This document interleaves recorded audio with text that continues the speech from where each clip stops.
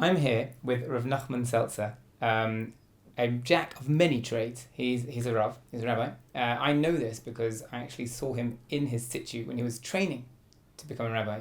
Since then, he's long since achieved that. He has run musical activities, choir, composer. He's an author of a great many books. I think some of these are some of them. And it's an amazing privilege to be here with him. We're going to be socially distancing. So I'm going to be sitting over there, which you can't see, but it's over there. You have to trust me that it's over there. And we're going to have a chance to hear a little bit about him and his life and his take on all sorts of things. How would you describe your background, your upbringing? It was religious, a religious upbringing. Which religion? Okay, you saw me studying to become a rabbi. Eventually, I wasn't that old when I was doing that. Not long ago, I was into Nissim Black. Yeah, okay, yeah. Our backgrounds were completely different. Oh, you didn't cross paths. Okay. No, I'm from New York. He's from, where's he from? Seattle. Seattle, yeah. In the city, in fact. Right. So I'm from Borough Park. Yeah, that's pretty much as far you can get. Okay, I get it. Okay, so a slightly different background. Slightly different background. They're reminiscent, yeah. Okay, now you've achieved a great many things in life. Did you think you were going to teach Torah? Definitely possibility. Okay. Yeah. Possibility to teach Torah, possibility to... When I was dating my wife, she asked me what I want to do, and I said, I want to either open a choir or become a psychologist. And then I opened the choir. And I think through writing also, it's kind of a certain type of psychology. And so I achieved that also in a way. And you have students, you talk to your students, you talk to people. So I did go into that a little bit, but not officially. Now, you mentioned music, so choir, that's obviously a part of your life. Has that always been a theme? As you come from a musical family? Do I come from a musical family? So the question would be, it's not overly musical. There were people who liked to perform, but from when I was very little, I was very into music. My dream was to join Miami Boys Choir. That was the dream. It was all of our dream. In my case, I actually was able to achieve it, living in the right place. Wow. And living in New York. You lived in Miami? Oh, they weren't in Miami. They started in Miami. Nachman got moved to Miami when he was a bacher. He was sick. He went to get better. He had pneumonia.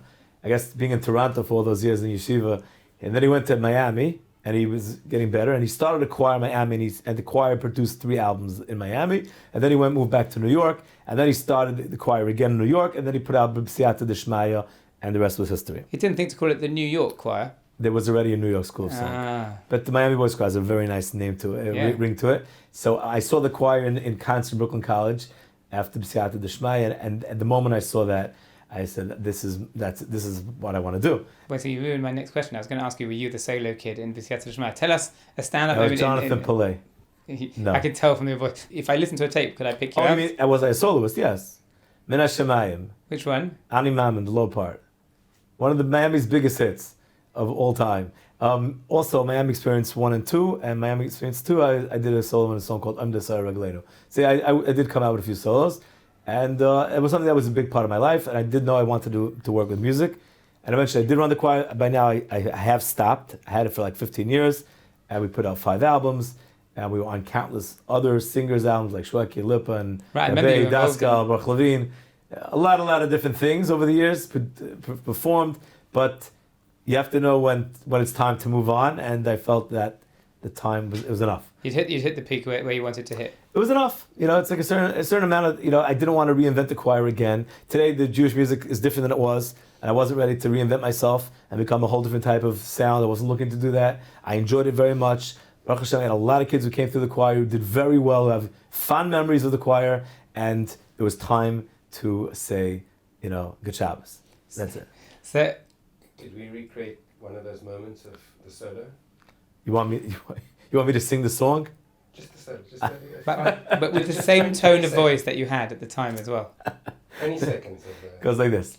Ani ma'amin ve'emuna shleima b'viyas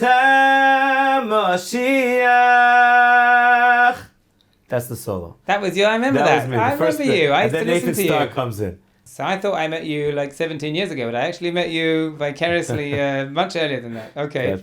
When you went on to make a choir here, and maybe I'm remembering this wrong, it wasn't just some people singing together. It was a chug. It was built people up. People, I'm assuming, grew with the choir in many ways. Nothing. It wasn't just singing music. No. It was an amazing experience. I don't even know how many kids went through the choir. I had at different times. I had groups in Yerushalayim and groups in different places. I had 5 groups at one point, and hundreds of kids went through the choir. It changed their lives. They still get together. Sometimes they'll call me up. Can we come by for a kumzitz? Can we do this? Can we do that? They feel tremendous, great memories, and it was an amazing experience for everybody. So like nice. I said, at the end of the day, you have to know, you have to, it's always better to say it's time to stop something before. You have to know when to move on. When to retire It was the time at the to peak. move on. Yeah. Okay. Yeah. Do you still bring music into the things that you do? I know that we could talk about being an author in a minute, but do you still, in your books, do you find that there's certain characters that are drawn to music with it? Now, I gather, and I spoke to you a bit before this started, that there's a difference in authorship between best-selling novels and the author's personal favourite novels. They don't always go exactly together. So, which is your favourite of the books and stories that you've written? Which is your favourite? I've published 35 books. Out of the 35 books that I published, so my favourite book is The Network and the Rebbetzin. Those are my favorites. Can you tell us a bit about one of them? The Rebbetzin is last year I was contacted. Rabbi Gedalia Zlotowitz from Art School. Rabbi Zlotowitz's son, who's the president of Art School today, contacted me, asked me if I would be interested in writing a book about Rebbetzin Esther Youngreis, passed away in 2016, and the family was looking to write a book about her. I said I was very happy to do that. It'd be an honor to write a book about Rebbetzin. Esther Youngreis was known throughout the world. She's a pioneer in Kiruv, tremendous person, the author of books, tremendous shadchanta, a phenomenal speaker, really an amazing person. I was very happy to do it. So I spoke to the family met me in Eretz Yisrael, and I flew into America, interviewed many people, dozens and dozens of people, and the result is Baruch Hashem, not just my favorite book, but many, many people's favorite book. Very big, successful bestseller. The book came out Purim time, and within a month sold. President George Bush invited her to give the invocation at the Republican National Convention when he was becoming the president again in 2004. And she's like, yeah, but if you invite me to come speak, I'm not going to shake his hand. He has to know I'm not going to shake his hand. So what does he do? He comes out on stage. There's a whole bunch of people there, and each one of them, he's shaking their hand. He comes to the Rebbetzin. He goes like this. Rebbetzin Youngreis, and she says, Mr. President, I'm shaking your hand with my heart, she says. She was larger than life. Small person, larger than life. Yeah. So that's why I really, really like that book. How did you get into writing? I was learning in the Kollel, Jerusalem Kollel, where you learned. And I was friends with Simon Nissim, Saul Kelly, really a great group of guys. And Simon Nissim lived in Ramat Beit Shemesh. We were on the bus, 417 bus back from Yerushalayim one day, and he starts telling me this story about this guy he knew. It's a crazy story, and I said, "That's not just a story. That should be a book." And on that moment, I decided I'm going to write a book based on this story, and that was The Edge. You just heard a story and you decided. Well, I was toying with the idea for a while. Are you thinking at some point you were going to write? Or this really pushed you over? I heard the story, that Motzei Shabbos, or maybe I don't remember exactly how long after. That Motzei Shabbos, I sat down. I told my mother-in-law I want to write a book. She said, "Here's a pad and a pen." And I sat down and I wrote 4 pages of The Edge. And 4 months later, the book was finished. And that's how it started. That's how it began. The Edge is about a person who was a sailboat racer, and he became frum through an accident, and he ends up becoming frum, and then he wants to get married. And he finds out that he is a mamzer. He's an illegitimate child. He can't get married. Whatever it is, a mamzer is only allowed to marry a mamzer. And at the time, I was learning about Rebbetzin, and I got into the halachas of who a mamzer is allowed to marry and what's he supposed to do. So it was based on a true story. And we actually produced a movie on that book, which did very well, the From World, called The Edge, starring Gav Hul as Keith. That's the hero of the book. And now you're here in Israel. Well, Ramat Beit Shemesh is very close to Israel. Something happened in between. What was the journey? My parents moved there when I was 14. Oh, so okay. my parents moved to Eretz Yisrael. So I went to Yeshiva Bnei Brak, and then I went to Torah Or. I went to learn in Lakewood when I was 19 for half a year. I came back. I went to the Mir and stayed in the Mir for 15 years, during which I went half a day to Berkowitz for a few years. But that was more or less the journey. It was my parents moved here, so I moved with them. That was the Okay. journey. So I guess that you have an interesting take. So here we are on Upper Chemish, and a very large number of people here did not find themselves being born in this country. They came Correct. from overseas, yourself included, but maybe slightly different because you came as a teenager, and maybe that's. My parents had reason to come. They wanted me to go to a certain yeshiva. They felt it would be good for me, and so they did that. I stuck with it, and I just dealt with the situation. I'm a believer in that every situation will come to an end at some point, and you have to roll with it. And if you allow the situation to derail you, you're only hurting yourself. It doesn't make any sense. And it's true, emotionally, you're right. You're upset. True. Every person has their set of challenges which are part of their life. And they have a choice. Like, what are you going to do with those challenges? Are you going to let it derail you from your path? Or are you going to say, you know what? I don't care, and I'm going to overcome it, and I'm going to do whatever it takes, and I'll be involved with people who can help me, and I will find mentors, and I will find Rebbetzin that will help me, guide me along the path, and I'll find friends who are good friends I could be friends with. Or you're going to say, oh, I have a hard life, and therefore I'm just going to hurt myself. That's really basically the thought process. I don't know if it was but that was the thought process in a sense. Like, every person has a choice. Like, what are you going to do? So that was the reaction. I went through it. I got through that yeshiva. I moved on to another yeshiva, the Mir, 15 years in the Mir, and Baruch Hashem, here we are. But I had a very loving family environment. My parents really showed me. I feel that parents can pretty much do almost anything as long as their children feel it's coming from real love. If a parent really loves the kid and the kid feels the parent loves them, then the kid loves their parent. It's a lot of things happen where the kid feels like my parents don't really care about me.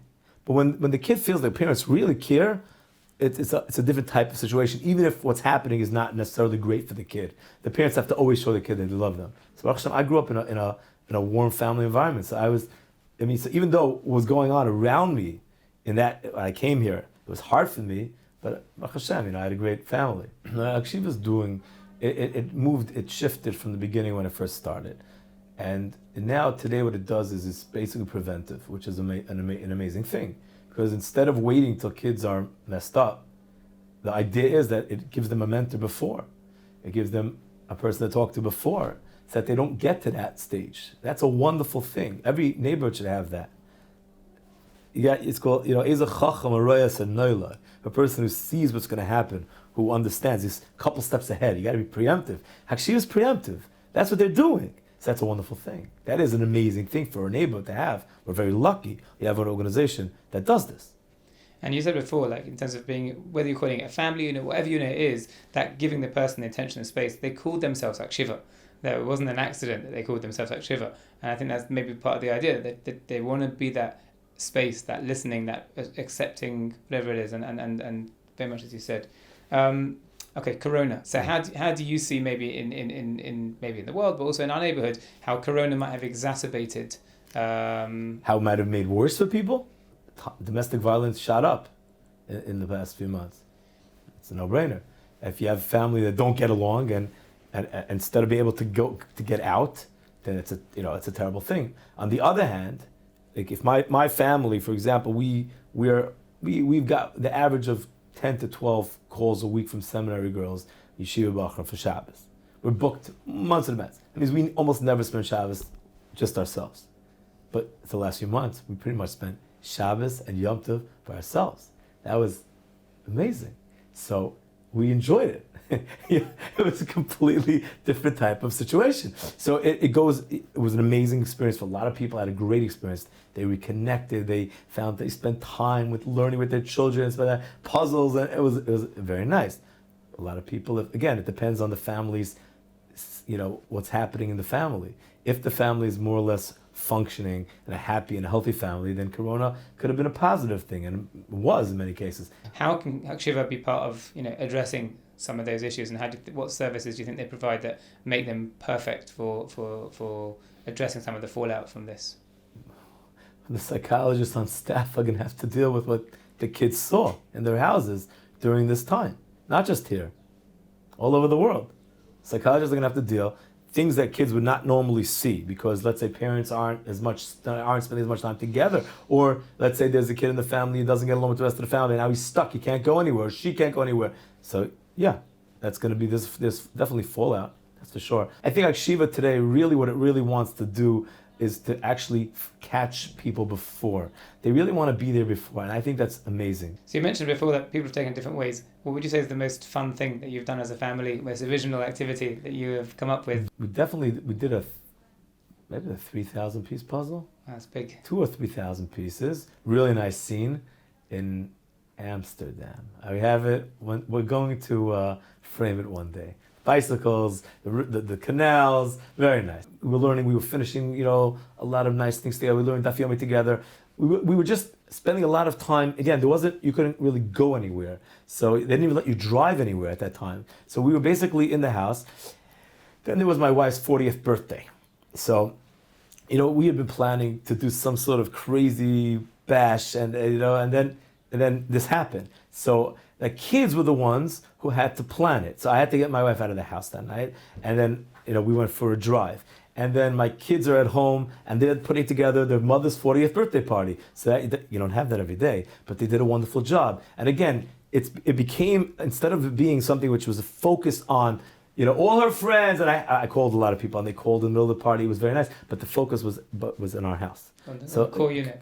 It was the core unit. Mm-hmm. So that Maila, focus on the core unit is a tremendous thing. And that's really what was going on over here. We were spending a lot of time together. We didn't do it wasn't any crazy. It was just a lot of nice time together. We were having supper on the porch. We were having barbecues. It was nice. It was very nice. We enjoyed it. People say, "How was Yom Tov?" I said, "The best Seder I ever had." I never made a Seder. Either my parents, my in-laws, a hotel. I made a Seder for the first time. Last year I made a Seder in a hotel for a lot of people. This year I made a Seder in my house, with my children. Amazing. Do you have a story about Hakshiva? That's what I'm going to tell you. I'll tell you something very interesting. So a number of years ago, Hakshiva opened up the new center. So in order to kick off the fundraising for the new center, so they had this event in these caves near Beit Shemesh. And I was the MC at the event. Now, so Wednesday was the event. I remember Wednesday night, and I get in my car to go to Shalayim, and I still didn't know what I was going to talk about that night. I wasn't sure. What am I going to talk about? Okay. So, because I knew more or less, like I have an idea of what I want to talk about, but I know what exactly. So I get in the car, and I'm driving to Yerushalayim, and as I pull up around Beit Shemesh, there's a guy at the bus stop. I don't always stop for people. Usually I don't stop for people. He looked like a nice guy. I pulled over. He's like, "Where are you going?" I said, "Yerushalayim." "How are you going there?" I said, "To Ein Kerem." "Great. Can I come with you?" "Yes."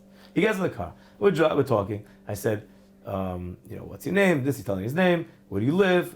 "You married?" "Yeah." "Okay, very nice." So then we were talking. He says, "You look familiar." I don't know how. Do you read books? No. Do you live this? No. Hamadia? No. Art Scroll? No. Okay, I don't know. Fine. Great. I was schmoozing. And I said to him, "So tell me, what's your background?" And he says, "Well, I'm in college now, in Mechon Lev." And I said, "Did you high school?" "I didn't go to high school." I'm like, how did that happen? He's a smart guy. I moved here when I was 10, and I dropped out when I was 16. By 16 years old, I'm already renting an apartment. I'm thinking, this is very interesting. The day I have to speak, at Hakshiva event, I had this guy in my car, and he's clearly, he's got to have some, okay. So I said, okay, so you get thrown out of all these schools, you're out of your house at 16, you're renting an apartment, what happens? He says, one day I'm running with my friends, I'm doing all these stupid things. I'm a teenager, I'm doing stupid things. One day I run and I jump and I break my ankle. Okay. So now, no one's taking care of me. So I ended up having to go back home. Okay. So I'm back home. Not good. But it is what it is. Okay. A few weeks later, I go to Yom Tov, I think it was Rosh Hashanah, he told me. I'm by some family. And a couple of Bachrim are there. And everyone's telling stories. So one guy says a story. He says that he volunteered at an orphanage in America, not a Jewish orphanage. He used to go there, for chesed. And there was one kid, Angela, and she hated him. She would curse him out every time she saw him. He didn't do anything to her. She just did not like him. But what can you do? This hurt kid, there's nothing you can do about it. Fine. Every day he goes, every once a week he goes, he's spending time with these kids, and there was one kid he liked very much to give him presents. And one day this kid calls him up, he says, whatever his name was, he's Yoni. He says, "We got a problem." He said, "What happened?" Angela was in a car accident, she's in a coma. He says, "Oh, it's terrible." He says, "Listen, you're a Jewish guy, could you pray for her?" He sees how much it means to this kid. He says, I'll pray for her. So he davens for this little Angela, who's in a coma. The kid calls him back, and he says, Yoni, Angela woke up, and she said it was all because of you that she came out of the coma. He says, really? How's that? She said she was walking in a garden, and she heard you, your voice, speaking in some foreign language, and then she woke up. Okay, that's the story. So our hero, sitting at this table, and he's like, all my life, I mean the last whatever amount of years, basically I always heard people say Hashem loves me, Hashem loves you, Hashem loves you, never felt it. But here's a person who has a real connection with HaKadosh Baruch Hu, and I've been denying myself this connection all these years. He starts to cry. He just starts to cry, and he's crying and crying and crying. Everybody lets him cry. He's crying, he's crying, he's crying. All these years of not having connection with HaKadosh Baruch Hu. And then he finishes crying, and they have dessert. Okay?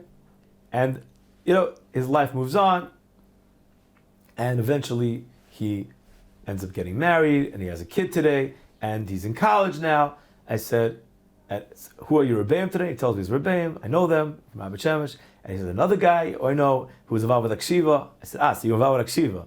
He says, listen, two things, he says. Number one, there was a person who worked for Hakshiva who treated me like a child. He took me into his house, Josh, took me to his house, and I lived there for 2 years. And he always told me everything's going to be okay. So a guy who worked for Hakshiva, who eventually worked, maybe stopped working for Hakshiva. In the beginning he was Hakshiva, then he was on his own, but he much took care of me. Another thing, Hakshiva I always knew that there's like this bridge opened. That was a bridge of my family. I always knew there was a bridge that even if things didn't work out in my family, there was always Hakshiva that was able to reconnect me. That's why when I broke my ankle, I was able to go back home. I said, do you understand what's going on here? I told him. I said, I got in the car this morning. I need to speak tonight for Hakshiva. Did not know what I was going to say. I pick you up, you get in my car, and you tell me how basically Hakshiva was a big catalyst in saving your life. You understand this? He says to me, my kid kept me up all night last night. I almost couldn't get up this morning to go to college. I got up and I said, Rabban Shalom, send me somebody who could take me straight to where I need to go. And you pull up and you're taking me, and I took him straight to the bottom of Chon Lev. I said to him, you davened Hashem, and he sent you someone's thinking exactly where you need to go, and I got in the car, and I said, Rabban Shalom, and he sent me you. See, this is the way it works in our world. And that was what I told everybody that night in the cave, the bat caves, not far from Beit Shemesh. That was the story I told them about Hakshiva. And that's really what it does. It keeps the line of communication, again, preemptive is always better. But if in a case where it's past that, at least people know the line of communication is open. Can we have 5 tips for aspiring writers? 5 tips for aspiring writers. Okay, let's see. So number 1, figure out what you want to write about. Number 1, what interests you? You have to figure out what interests you. And I'll tell you why. You can't write about things that don't interest you. If I would write about math, for example, nobody would buy the books because it's not interesting. Because if you're not passionate about it, no one's going to be passionate about it. So number 1, figure out what do you want? What are you passionate about? What message do you want to share with the world? That's number 1. Number 2, you need to understand, you need to figure out what do people want to read. Just because you're passionate about neurobiology, most people don't care about neurobiology. So if you're going to write a book about neurobiology, and you're like, I don't understand. I put my whole self into it, and nobody wants to read it. Yeah, because nobody cares about neurobiology. You know what you need to do? You need to find out what people care about. What do they care about? Amunah, Bitachon, short stories, Torah, I don't know, whatever it is. Figure it out. What do people care about? Write about the things they care about. Who's your audience? You got to write to your audience. Respect your audience. That's number 2. Respect the audience. Number 3, people think that they need to wait for the inspiration to strike. That's not true. That is not true. You need to sit down. Again, it depends what you're writing. But basically, if you sit down, you need to sit down and work. That's what you don't need to wait. You need to sit down, you need to work. You need to write 4 pages a day. If you write 4 pages a day, you'll have a book before you turn around. That's number 3. Sit down and write. Number 4, always good to have people around you that you can rely on. Good editors, good publisher. It's key. Because at the end of the day, the goal here is to sell books. That's the goal. The ultimate goal here. When you're writing a book, it's not to keep it on your computer. It's not to print those books and then have them in storage. That's not what you want. You want to get them out. And number 5 is once you finally, you've figured out what you wanted to write, and you've figured out what people want to read, and you've sat down and wrote the book, and then you got yourself a good publisher and a good editor, and now people are actually interested in what you've done. Give them your contact information and be accessible to them, and return their emails and be involved with them, because they're your people. They're the ones, they're like your family. And like somebody said to me, every time I open up Hamadiyah on Shabbos, I feel like we have this great guest in our house that came again. That's what I want people to feel, that we're friends. Rabbi Seltzer, thank you so much for your time and for your perspectives and for your insights from your life and from the people around you, the experiences you've had. It's been a privilege talking to you. It was my pleasure.